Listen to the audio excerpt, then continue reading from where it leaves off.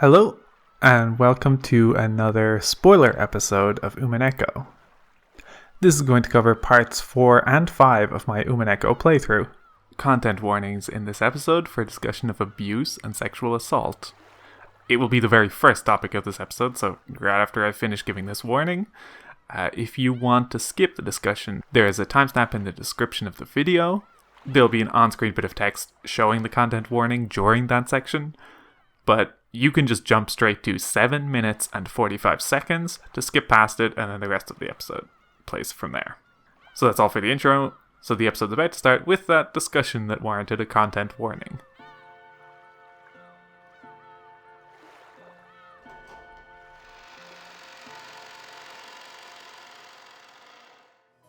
So pretty early on, Battler, continuing to be gross, makes a promise with Maria about groping her when she's older. Let's not talk about it in any real detail. Let's talk about the fact that he is telling a joke that Maria is taking as a sincere promise. As far as Maria is concerned, Battler is just making a promise is a thing you don't break. Is the kind of thing children get taught, and presumably Maria would have a similar conception of this, whereas Battler is tossing around the word, while himself thinking, this is just a joke, meaning that he doesn't have to think about anything of what he's saying, and he can just throw it all out there. This is a misunderstanding of the harm that Battler can do. In a few ways in this section, Battler reveals that he is unable to conceive of the way in which his actions are harmful. If you think about a few different potential outcomes from this, Maria is probably not going to be chipper or happy when she understands the implications of the promise that Battler made. It could be traumatizing, could be deeply disturbing, and also, if that happens, it's going to be at a remove from Battler because she's unlikely to come to him and say, what the fuck did you say to me when I was a child? What's wrong with you? So Battler is isolated from the consequences of his actions. And of course, this is all a parallel to what happened with Shannon. Battler made that promise to Shannon, tossed it off offhandedly, had a different definition of promise in his head that means he didn't really think about it or didn't value it or didn't remember it even. Meanwhile, completely different thing happens to Shannon, very traumatizing thing to happen to Shannon, and as Shannon has to reckon with that over the course of years, Battler is entirely unaware of it and has no notion that it's happened.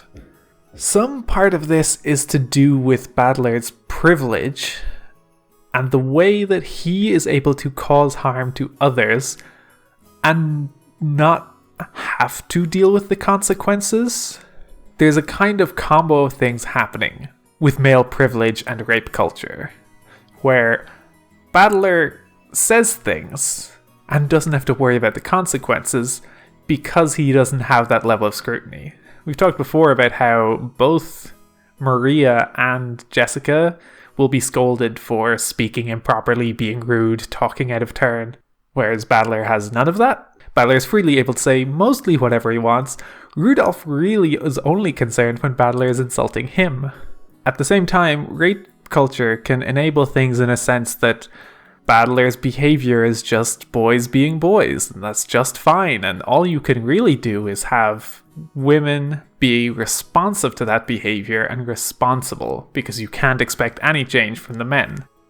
That is more relevant in the scene with Shannon, where Battler continues to do the same thing, but so much worse in ways he has no idea about. But for now, let's talk about the fact that Battler says, hey Shannon, what the fuck, you can't let guys do that. Battler at no point says, okay, I guess I shouldn't have done that. He doesn't think, oh, she's a servant, I'm an employer, I'm a guest. I guess that it's an uncomfortable power dynamic for me to have leaned in with that way. Or doesn't just think, maybe I shouldn't do that at all. Maybe I shouldn't be doing that to anybody. Maybe every time I do that, it's uncomfortable because people don't necessarily know who I am or what I'm about. Instead, he says, "Yo, Shannon, what the fuck? Don't let people do that. The onus is on you to avoid the situation in future." And the thing is, that's not just Battler. That is how the entire situation plays out. What stops Battler is Jessica hitting him, which again is a woman having to stop him from doing it. And then what convinces Shannon to respond to the way Battler is suggesting in future is that George gives the explicit order to defend herself if she's ever in that situation again, even from Battler. This is still making her solve the problem. This is making her resolve the situation.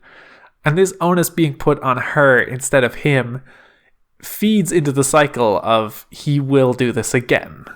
He will not learn from this situation because ultimately he has thought, well, now that she knows how to handle it, I don't need to modify my behavior even slightly.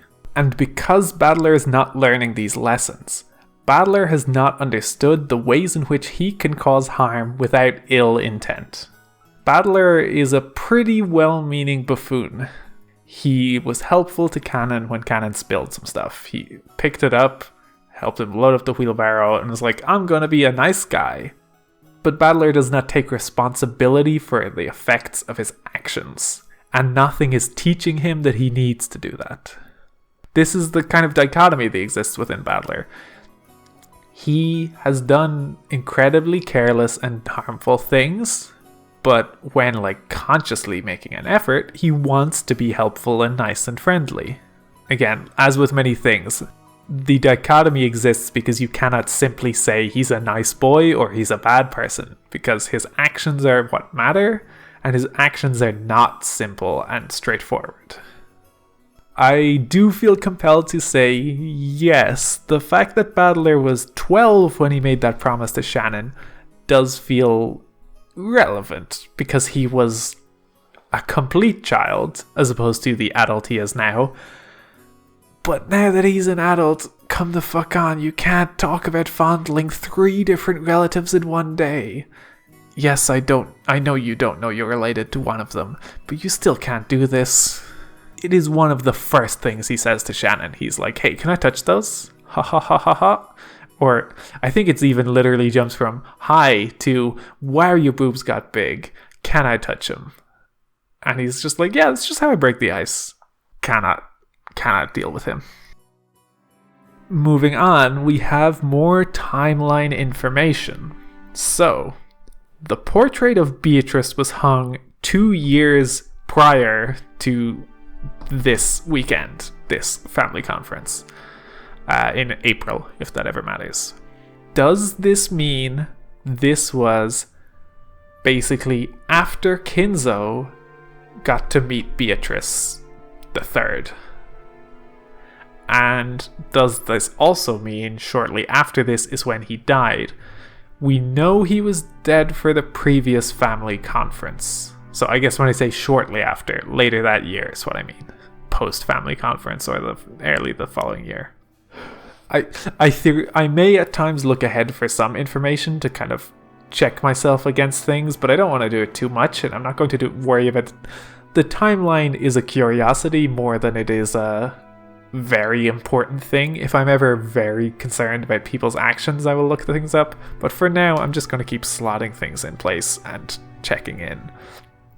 Because also the portrait of Beatrice being hung up from 2 years ago somewhat aligns with when Cannon started working there. So is there a possibility that if indeed Kinzo met Beatrice at a related time, Cannon became another person, and is there a reason those are related, and perhaps are they joined events?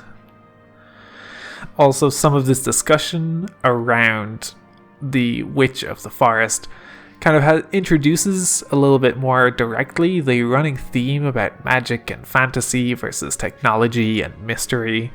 The Wild Forest is kind of an unknown that hasn't been civilized by technology, and so instead they have to invent a magic witch and have the forest be her domain so that something is in control of it, because the idea of just nothing controlling a space is in some ways disconcerting. It's funny that they all go, well, yeah, obviously they wanted to keep us kids from just wandering through the dangerous forest. when in reality we do know that Kinzo actually had like a secret mansion, which is funny because it means there is a civilization, quote-unquote civilization, hidden in the forest, but it's hidden. And that also hides the one who's sort of the magic witch. This all points to the blurring of lines between the assumption that magic and fantasy are distinct from technology and mystery. Which, even Jessica's line, "It's the witch from Grandfather's Delusions. Ever since he had this picture hanged, he's been blurring the line between reality and illusion." It's a very funny line because the thing is, there is some truth to Beatrice. Beatrice is a person. Well, there have been multiple Beatrices. Kinzo has seen this and has been unable to communicate it to the rest of the family. It's unclear how he attempted to do so. It's unclear how sincere his efforts were. He uses the epitaph, which is presumably to try and basically tell them about Beatrice. We'll get into that more when we'll actually see the epitaph and we can talk about it in depth. Because he's been unable to communicate it, and because it then does not make sense to other people, Jessica's like, yeah, it's just delusions. They're just complete fabrications, and he's speaking nonsense. In some ways, it's similar to when people fail to understand Maria. They will often not try to meet her halfway.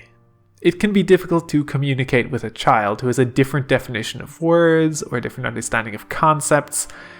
And if you're struggling because a child is trying to tell you something, you could go one of two ways. You could just, in frustration, just stop and say, "No, that's not how a light switch works. I don't know what you're talking about." Or you can try to, from their point of view, understand what they're saying and try to understand at least part of what they're communicating. Try to get at what they want you to understand. Because you need to do that work to then internalize what they have said and then reckon with what that actually means. For instance, I'm sure whatever Kinzo's ramblings were things that seemed like totally unbelievable, implausible nonsense. But if you listened, if you tried to unpack what he was saying, you could probably get to some truth of what's in there. But if you don't do that work and you just go, what he's saying just sounds ridiculous, so none of it is even remotely true.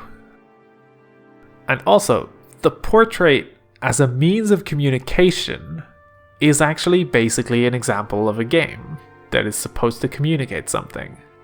The riddle is a puzzle, is a game that is designed with a specific intent of conveying a message to the player or the solver, whoever the audience might be, because Kinzo has said that he intended for anyone to be able to solve it. This is going to mirror Beatrice's game that she runs for Battler, as well as the other permutations of it that will happen later. Yet again, quick note to reiterate, the ranking system of the seeding is quite bullshit, and extra cruel to have Rosa's non-spouse have an empty spot at the table to maintain a physical embodiment of a way in which Rosa has disgraced her family, and people think less of her because of her actions. A really nice way to run a family. This insecurity is like a big part of what feeds into Rosa's frustrations and flaws. We'll have more time to talk about that when it's on screen more.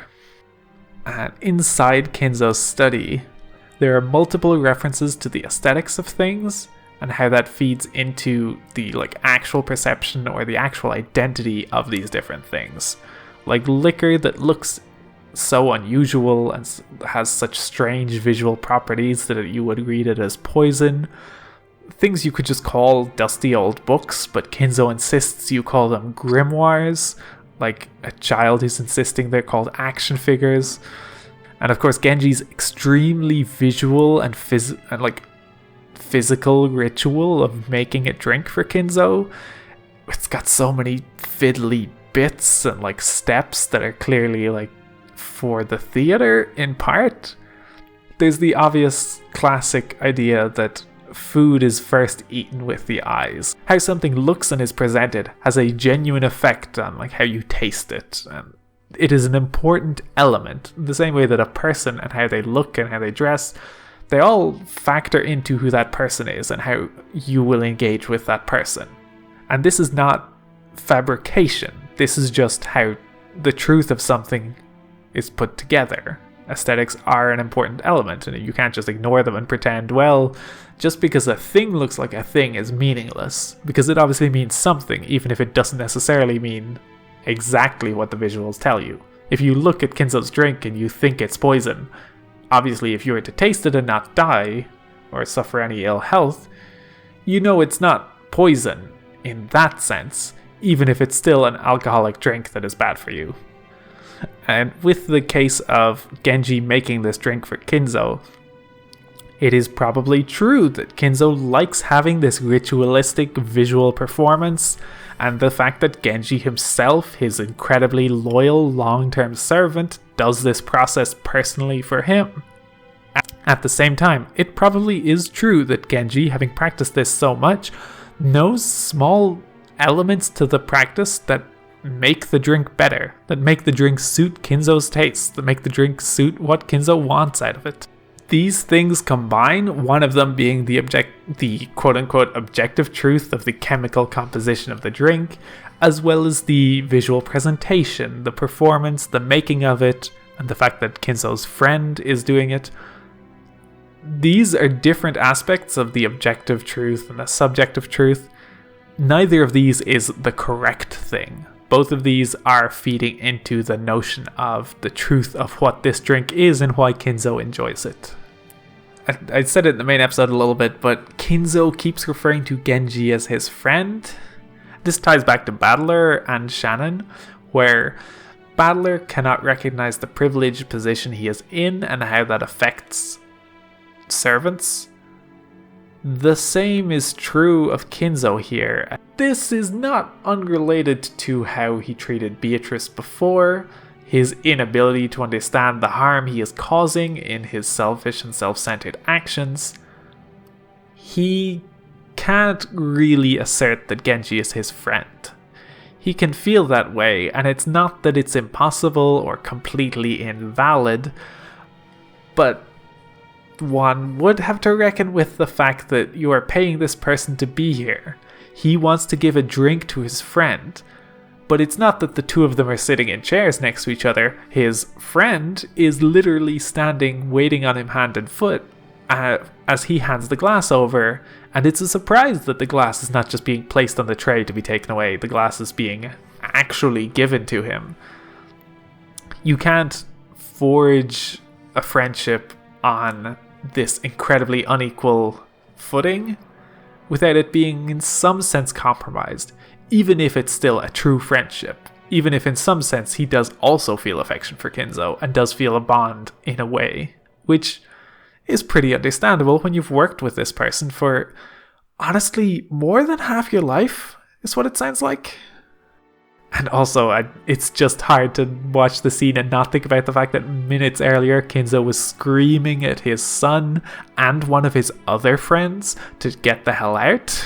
At any point, Kinzo could be that angry at anyone, including Genji. So you really cannot just get comfortable, because he could pull out his privilege and power at any point if he got pissed off about something.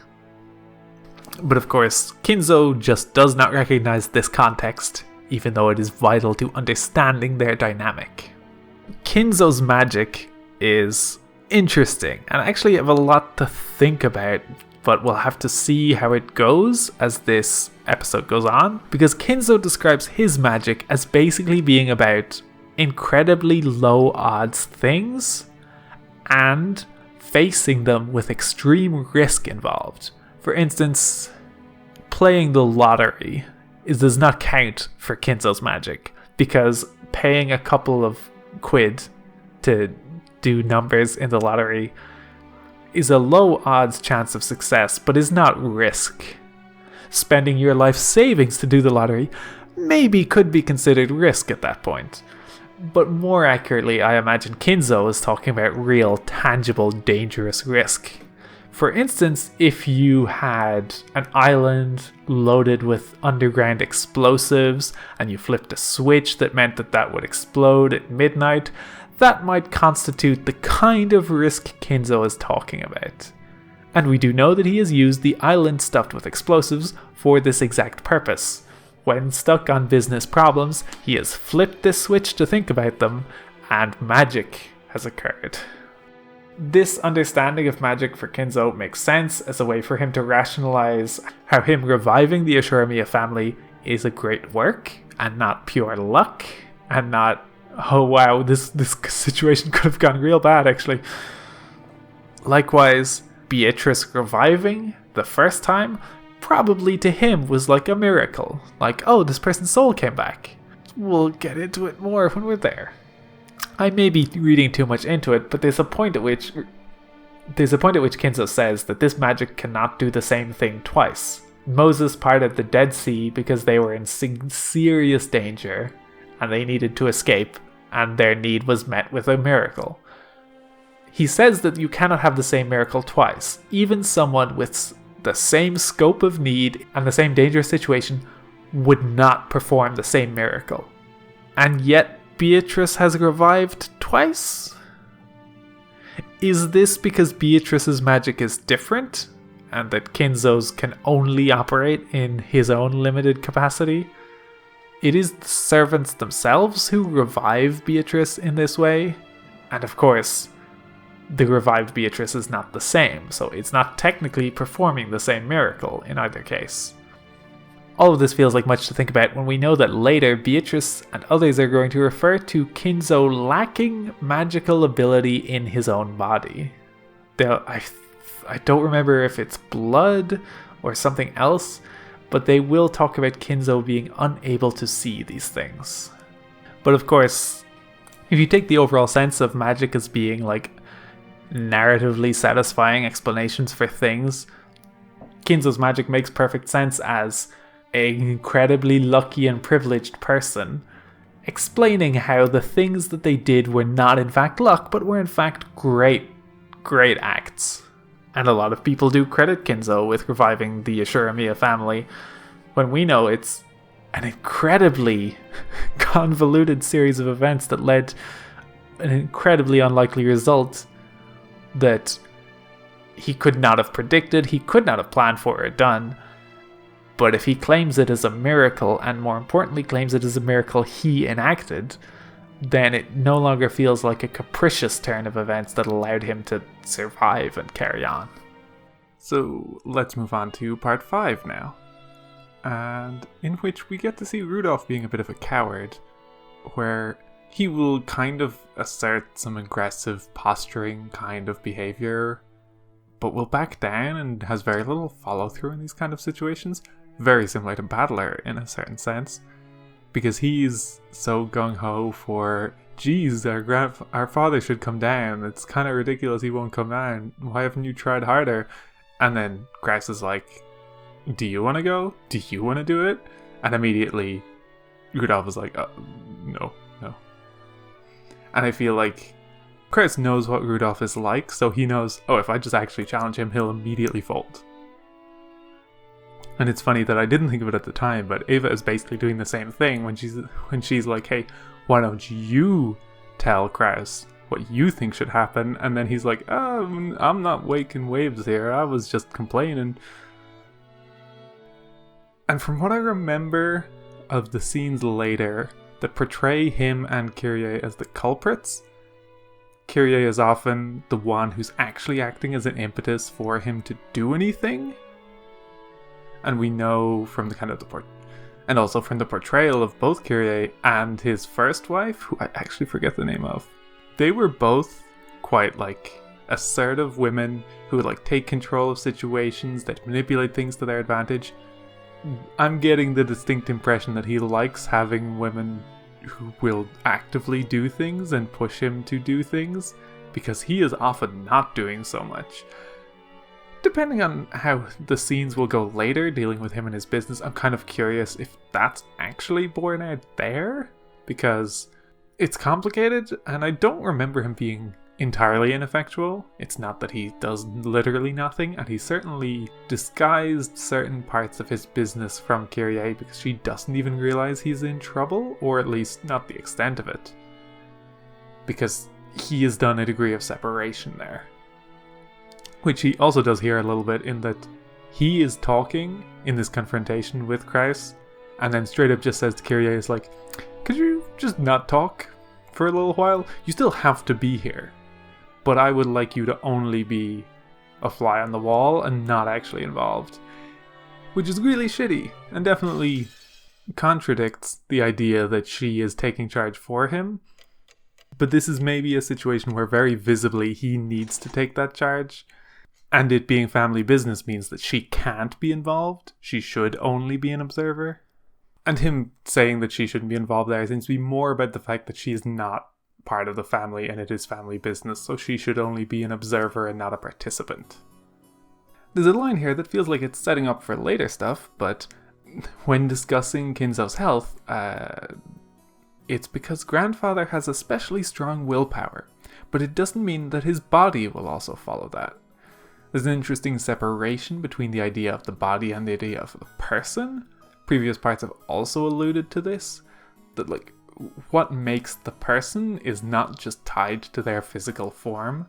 Their physical form may be a component, but the person is something distinct from that, which obviously will be picked up later by the idea of multiple people in one body, or the idea of the same person being across multiple bodies. The idea that a dead body could in fact be a person, or could there be a person without a body? Could there be Kinzo is shut up in his study that no one realizes is technically not there, but is still understood to be a person because he has the appearance of interacting with them. There's also a little bit later referring to Kinzo as being different people within one body, and that's just extra complex when you think about the fact that his body is not alive. But yeah, not a lot to say on that yet, but that feels like there's going to be a reoccurring thought. The backstory we are given on Kinzo is kind of funny, knowing more accurate context of what's going on here. Because as you would expect, this is like a great man narrative, and it's very sanitized and dressed up. Even as there are references to Kinzo himself saying that luck was a major component of his success, everyone still basically says yes, but he must have been skilled, he must have been shrewd. Certainly there were like good chances and good luck, but he had to position himself to be in the right place for these things. And when you think about the real story, it's like, that's sort of true in that, yeah, I guess you wouldn't stumble upon a mountain of gold if you hadn't joined the army.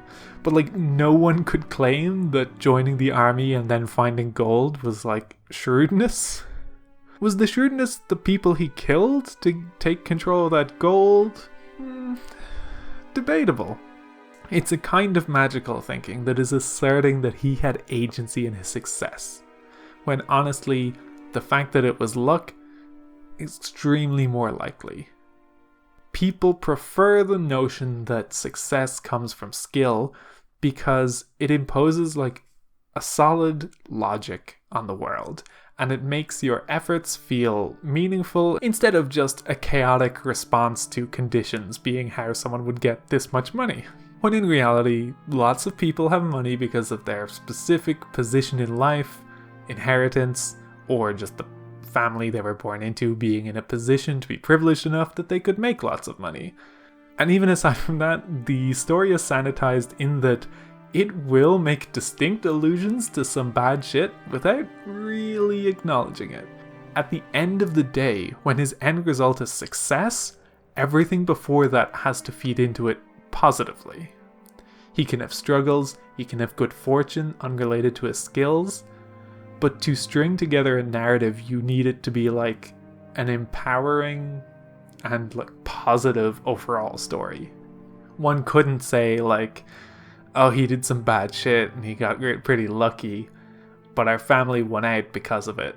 You have to make it sound like a good thing. You have to make it sound like a really like nice story, an empowering, positive experience to really get the younger generation excited to go out and be business people of their own. A thing to put a pin in for later. When did his fascination with black magic begin?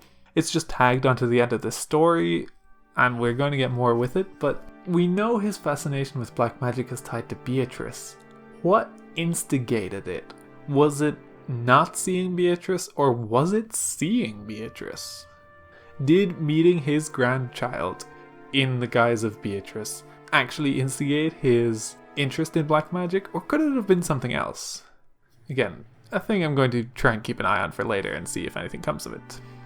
Also, an interesting kind of contrast being set up with the different servants is their differing social skills. Because Kumasawa is actually quite good at socializing and managing social situations, even if she's quite understated, and she's quite subtle about it. She will often direct conversations, she'll make jokes to cover up things, and then move conversations in different ways. For instance, a couple of times now, when Shannon has messed up and Kumasawa has covered for her, and tried to, massage the conversation, and then also move it swiftly on. Especially in the case where people are talking about the food, Shannon doesn't know what to say, starts to get nervous, Kumasawa both takes over, and then also, because Goda's getting annoyed that people aren't talking about his food properly, she redirects to him to take over. And in a kind of different way, Goda's quite a polished person, when he wants to be. He's very polished and projects a very particular persona to the Ashura Miyas as his employers and people he is serving, which is a very intentional put upon front, but is only an outward facing appearances style of thing. He's not really reading the situation or trying very hard to, say, help any of the other servants in the way that Kumasawa is. Meanwhile, Shannon and Kanon have been shown to struggle to read cues at times and difficulty responding to nuance. People have made jokes kind of at Shannon's expense and kind of not, where Shannon's not quite gotten the joke and therefore been flummoxed by it, and more importantly than just not necessarily knowing the joke, she doesn't know how to massage the situations to make things not awkward. When she doesn't know what the tea she's serving is, or she doesn't know what's exactly in the dessert, it's not that she has to have all of this information in her head, but the expectation is at least that she can socially respond without it being awkward. But she kind of shuts down when she's like, oh, I don't know, and that's where Kumasawa has to take over for her. What has a lot going on in this section is the way people are categorized. There are adults and there are children. There are the family and there are servants. But these are not clean, neat categories without complications. Nanjo is a service worker, he's a health professional, who is employed by the family, but is also Kinzo's friend and is so given a little bit of respect beyond a servant, but is distinctly not of the family. He awkwardly leaves while they're having their deep family argument because he's like, this is literally nothing to do with me. He's not even in the position of, say, Kyrie, where he needs to be present as an extended member of the family. He's just straight up uninvolved, and it's not for him. But at the same time, he's not hanging out with the servants because he is not doing their job. He is of a different class. And then at the same time, the separation of adults and children is funny because both Battler and George are legal adults. Battler obviously is still doing his final exams, so you could certainly make the case more of him being a child in that sense, and he's clearly quite immature. But George is actively in the workforce and is kind of properly on the path of growing up into his own person. But he is still of the children, because the children is not a category based on strict rules and logic. It's a category of what people agree makes sense. It would be more awkward for George to go with the adults. Hideyoshi actually makes this point, because at one point Ava's like, should George actually just be with us? And Hideyoshi is like, not really. He's still got way more association with the children. He'll have more fun. He shouldn't be expected to come and be a part of the conference where it's just going to be a bunch of arguing. And there's even a sense of, he will eventually have to join the conference. He should get to enjoy the conference instead of being part of this whole mess of logistics every year. But of course, there's also the complication of the fact that Shannon and Kanon are servants, but strictly speaking, you could make the argument that they're also family, but not treated as such. Obviously, that's because they're secret family members, and not everyone knows, and it's kept hidden and so forth. But it is a way in which the category is only based on what people agree to be true, rather than actual intrinsic truths. Biologically, nothing dictates being part of the family. Being part of the family is an agreed upon convention. So, in the same way, people who have married into the family do get to somewhat count as part of the family.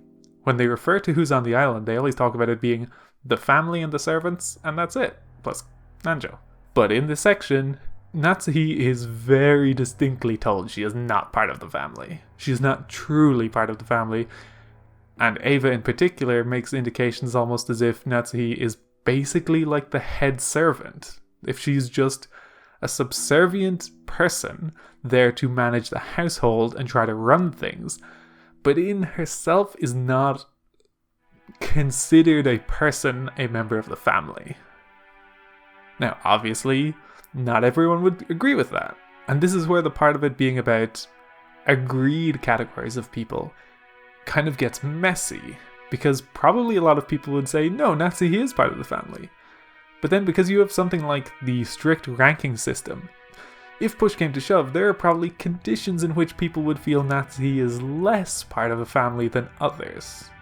And if, I don't know, for some reason they had to pick the top 5 most family member people or something, she probably wouldn't make the list. She would probably be considered, well, like, well, she's more on the fringes, so yeah, I guess technically not her. And the ranking system exists to try and cut through this nuance. Because if you didn't have the ranking system, then maybe Jessica would probably be more attached to Natsuhi than she would be to, say, Rudolph. But strictly speaking, Rudolph is more important and higher up in the family ranking, and it doesn't matter what Jessica might say. The agreed upon convention is that Natsuhi is below the children, and that's just the state of things. So while we're on the topic of Natsuhi, I think we should jump ahead to the kind of ending section, and then go back to clear up some other stuff. So, the whole fight between Eva and Natsuhi is probably one of the first like properly dramatic scenes, and shows some of the kind of real tensions and conflict bubbling under all of these things. Because in this section, Eva asserts the kind of authority she knows she holds in the family. This is an authority she has fought hard to hold on to, because tradition dictates that she should not be so highly ranked in the family, but she has understood this and has made a conscious effort to avoid the ways in which she would lose her authority by getting married and then just moving to the side and becoming unimportant. She's taken advantage of certain conditions that mean that she could favorably be considered the mother of the heir, and then using that as a way to jostle for a better position than she would naturally, quote unquote, naturally, be given. And since the ranking is an invented practice, the ranking is not based on strict logic. The ranking is an agreed upon set of ideas, but deviations can be made, especially when you have a family where the grandfather just dictates how things are. If he says something, then it's just the case. You cannot go against him because he is undeniably the head of the family. And with this position she has, Eva is secure by putting down the people below her. And Natsuhi is a very clear person, low on the ranking compared to her. Another woman who is being oppressed by this system of ranking and hierarchy, who is basically a pretty suitable target in Eva's eyes because Natsuhi doesn't have a position to retaliate. Natsuhi doesn't have any kind of privilege or power to hold over her. Eva is challenging Kraus in this section, but Eva can't shit-talk Kraus so strongly because Kraus is undeniably above her. Debatably, Eva could make some challenge for that power, but it's not the same. Natsuhi is so undeniably on a lower ranking poll that she is almost a different class of person to Eva. Eva is so firmly in the top tier, while Natsuhi is below the children. And you also see Natsuhi trying to take advantage of conditions to try and put herself in a place where she has a more significant position. She tries to assert the idea that she's the head of the household, she's their host, she runs the kitchen, but none of this is enough. No one else here thinks of these things as important. There's some gendered expectations of labor involved there, like no one really cares about the running of a house. These are a group of people who care about the running of a business. They care about money, they care about capital, they care about success in that sense. And because no one backs up Natsuhi on her assertion of power, it just kind of falls flat. Lots of people kind of agree with Ava about her position and how she is more important, and so Ava has the stronger claim. Even though, in pure terms of just facts or logic, there's nothing intrinsically better about Ava's position, realistically. They're both just people who have certain kinds of power or authority that are challenging each other. Kraus in particular is so disgustingly unsupportive. Natsuhi's putting in tons of legwork, and Natsuhi's unrelentingly dedicated to some narratives that she is trying to peddle for the good of the family. She is simultaneously trying to hide the fact that their father has died and trying to assert that Kraus's business prospects are actually quite good and you really shouldn't be looking into them or challenging them at all. Both of these are ludicrously lost causes. At this point in the game, it's not obvious, but at this point in the timeline, they all pretty much know Kinzo's dead. They don't have proof, so it's not necessarily knowledge, but they have all come away from the last family conference gone, that was kind of weird, and then thought through it and realized probably the answer is that Kinzo's been dead and they've been trying to hide it. Likewise, they do all know that Kraus's businesses are doing poorly. They've done research, they have actual facts and proof in that case. And yet Natsuhi's asserting it's true, trying to deflect, trying to drag them away from it, insisting that it's just rude, impertinent, not a topic of discussion they should be having. And she just doesn't let up. She never gives up. We will see later that she knows these things aren't true. She obviously knows that Kinzo's dead, but she also just doesn't buy when Kraus tries to tell her that the businesses are going well. She knows he's full of shit and he's actually really bad at this. But she doesn't give up. She's still defending him, she's still asserting these things, and in the face of very strong resistance, just does continue and does not stop. Meanwhile, Kraus is just letting her get shit on repeatedly, and then is eventually just maybe you should go, you're gonna get a headache. And then apologizes about his wife being emotional. He gives her nothing. This is a lot of why I feel bad for Natsuhi. She's trying her best. Even if she's just one of the rich people, she is still trying her best. One thing I'm going to keep an eye on in the future scenes of this playing out is she's sort of looking for him to fight back, but that's kind of not his tactic. It's not that he's literally just going to sit there and take it. He's kind of waiting for them to fully play out their hands so he can then respond knowing what he knows, knowing his own research. He is not just defenseless here. He has responses for all of them. And he hasn't really told Natsuhi this. They don't seem to have communicated it very well. But he has an intention of how to respond, and it's just not what Natsuhi's doing. And it's kind of unclear to me if he's basically thinking, oh, Natsuhi, stop, you're just getting in the way. Or is Natsuhi's fiery response kind of part of his counterattack? Is he expecting her getting fired up to help? Is that supposed to kind of soften them up before he makes his actual jabs? Is that meant to make them have a false confidence? I don't really have a read on it yet, so we'll see how it goes further. There's been a lot of people saying oh, those two get on really well, they really care about each other. This scene's not showing it, because he's just kind of a shit to her. And maybe this is just heteronormativity and the expectations of husbands and so forth, but still, it's bad vibes. Oh... We'll have so much more to say about Natsuhi. We're gonna get to that trauma, baby.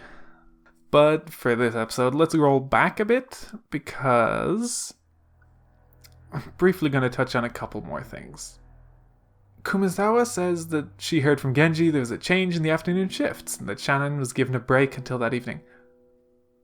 I'm just gonna put a pin in that, because that seems like it would be relevant to a murder mystery, especially timeline-wise. And also, I have a vague feeling, and it might not even be this episode, but I have a vague feeling of someone at some point being like, why wasn't this servant in this place? What's going on? Which may be related to either the fact that the two of the servants have only one body between them, or it may be related to this, or both. So I am just going to note that down for later. And also, the family kind of grilling Nanjo for in-depth medical information is kind of funny because of the way in which Nanjo's in a really awkward place, because Kinzo's already dead. He can't actually definitively tell them, oh, Kinzo's dead. Kinzo had this much life to live, and it's gone. And he died on this date. And I was there, and we've been hiding it since. But instead, he has to just kind of fob them off indefinitely, because when he first agreed, they were thinking a couple of months would stabilize Kreis's investments. And it's now been nearly 2 years? Again, an exact timeline pending, but it's been a long time, and it's been over a year. He did not think he'd have to do 2 family conferences like this, and at this point you're almost wondering if there will be a third. And well, they won't, but he doesn't know that. And that's all for this episode of Spoilers. We'll have more to talk about after probably another 2 weeks, I would guess. These will maybe get more frequent once we get deeper into the mystery stuff and some speculation. Even if I know the ultimate answer. Thank you for watching, and of course, if you have any thoughts, comments, or questions you wanted me to dig into more, feel free to comment below, and I'll basically respond either in the comments or for bigger stuff I may end up talking in the next spoiler video. Until then, goodbye.